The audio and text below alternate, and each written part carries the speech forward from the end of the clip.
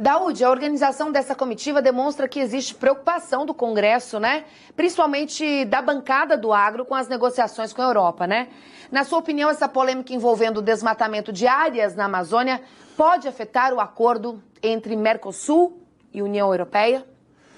Não tenha dúvida, né? Porque esse acordo agora ele tem as duas pontas aí complicadas. Uma é a questão da Argentina, né? Que se a oposição a Macri vencer na Argentina é uma dificuldade, e a questão da Europa, que as pessoas vêm questionando muito, os parlamentos vêm questionando, as ONGs, os ambientalistas... Perdão, a chapa da Kirchner, você quis dizer. É oposição ao Macri. Ah, entendi, eu entendi que você falou a chapa do Macri. Não, oposição à chapa do Macri. E a Europa, essa questão do que está se passando, né?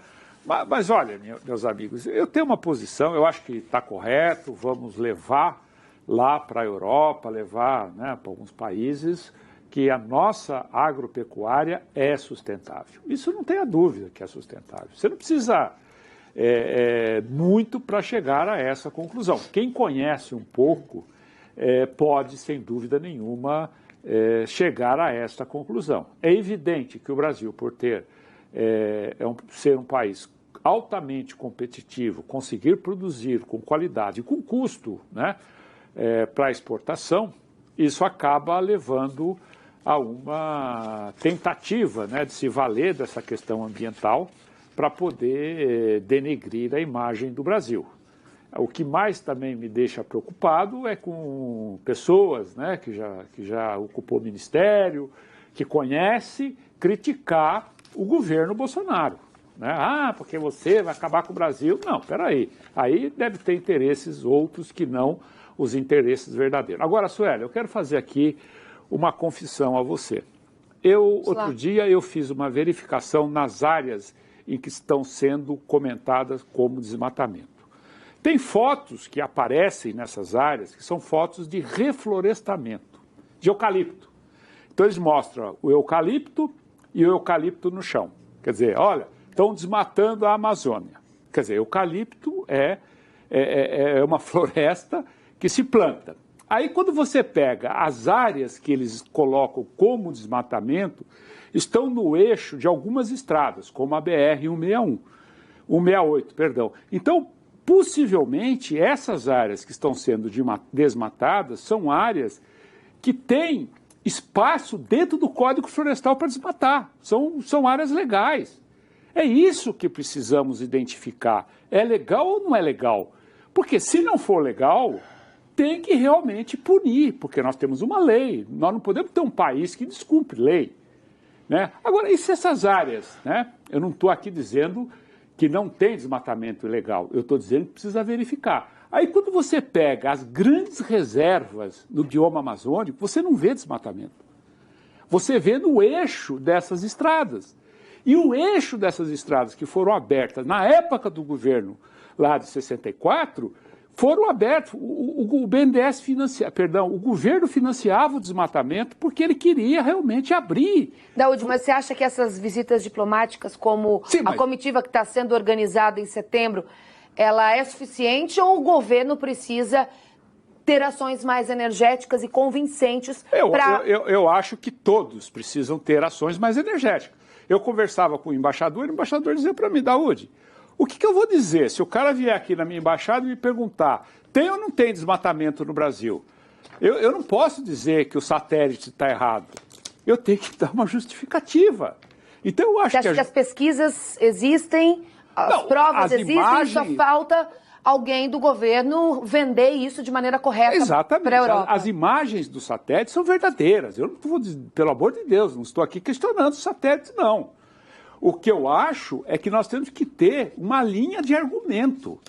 Que a agricultura brasileira é sustentável, eu não tenho dúvida, meus amigos, porque eu conheço o produtor rural. O produtor rural é o primeiro que preserva, o produtor rural tem interesse, o produtor rural ele não gasta dinheiro à toa para dizer não. Eu acho que nós temos que ter um argumento. Então, a linha que eu vejo é exatamente você mostrar se é desmatamento legal ou ilegal.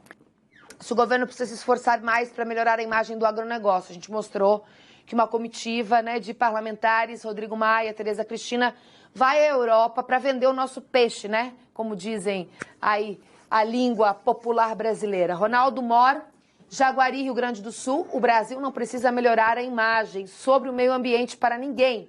Somos exemplo em preservação ambiental. Obrigada, Ronaldo.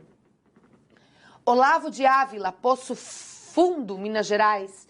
Sim, o Brasil precisa se esforçar para manter e melhorar a imagem, pois a propaganda é a alma do negócio, é o que eu estava falando, vender o peixe.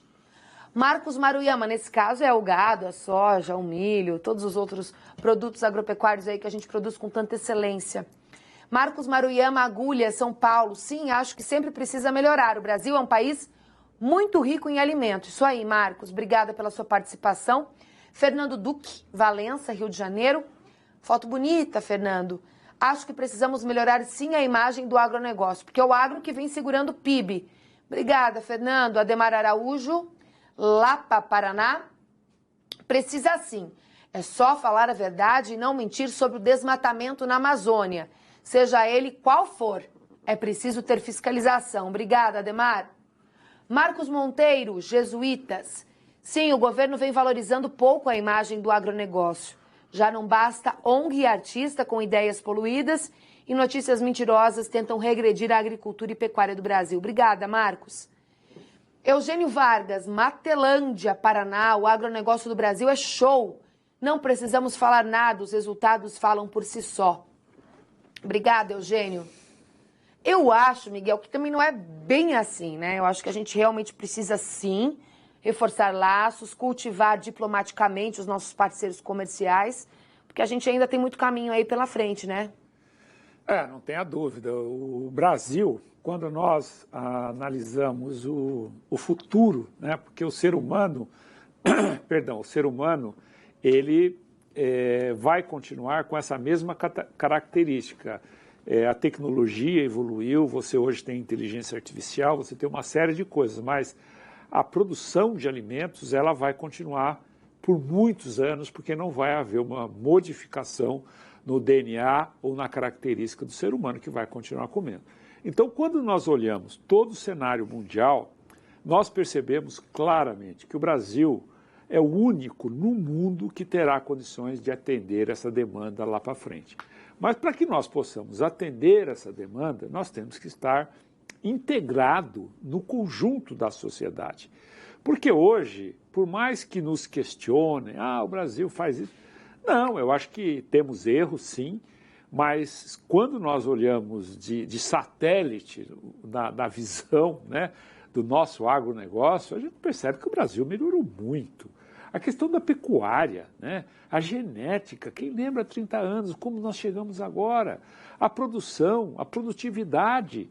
Quer dizer, nós tínhamos no passado uma produção de 100 milhões, hoje nós estamos produzindo 230 milhões, né, de toneladas de grãos, praticamente aumentamos muito pouco a nossa área plantada. Então nós evoluímos muito. Agora, o que nós precisamos é ter esse desenvolvimento de uma visão de conjunto. Mas o que acontece hoje? Os representantes, né, que deveriam estar pensando, né, numa questão mais técnica, mais macro, como é que nós vamos aproveitar esse mercado, infelizmente, a gente só vê viés político, né, nessa história. E o que está acontecendo na realidade com o Brasil? Estão acabando com o Brasil, com a agropecuária brasileira. Não, mas nós estamos exportando agora, só esqueça, nós temos que pensar no conjunto. Nós temos produtores que estão abandonando a produção no campo para ir para a cidade, porque não tem mais o que fazer. Qual é o projeto para isso? Será que não existe possibilidade? Ou nós vamos ficar pegando na franja da questão da soja, do milho, o café, que nós somos um grande produtor, o maior do mundo, o maior exportador, o maior consumidor. Está quebrando, ministra, está quebrando. O que se faz para salvar a cafeicultura brasileira?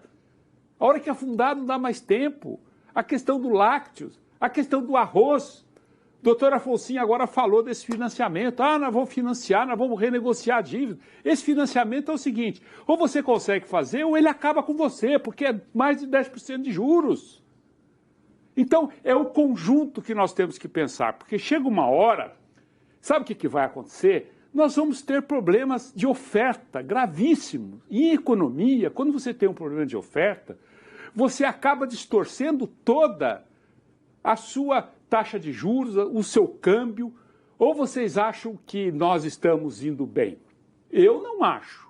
Eu, sinceramente, eu sou do contra, né? As pessoas falam, Daúde só questiona, Daúde só reclama.